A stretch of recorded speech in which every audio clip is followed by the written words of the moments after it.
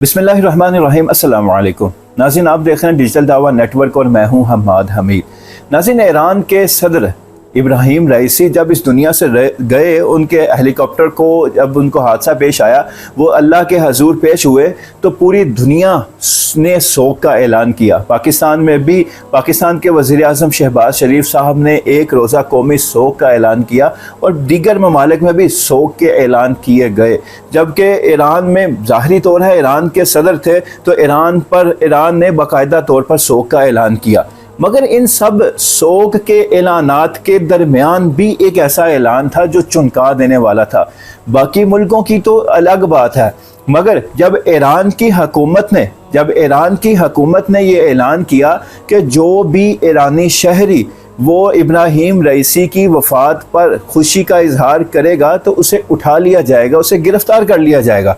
जब ये ऐलान मैंने देखा मीडिया पर आया तो ये एक चौंका देने वाला बयान था कि आखिर ऐसे लोग भी हैं कि जो इस इब्राहिम रईसी की वफ़ात पर, उनकी डेथ पर वो जश्न मनाएंगे। तो फिर जब मैंने यूट्यूब पर सर्च किया, गूगल पर सर्च किया, तो फिर मुझे बहुत से हक़ाइक़ देखने को मिले, बहुत से ऐसे मनाज़िर देखने को मिले कि लोग जश्न मना रहे हैं, लोग मिठाइयाँ बांट रहे हैं, लोग भंगरे डाल रहे हैं।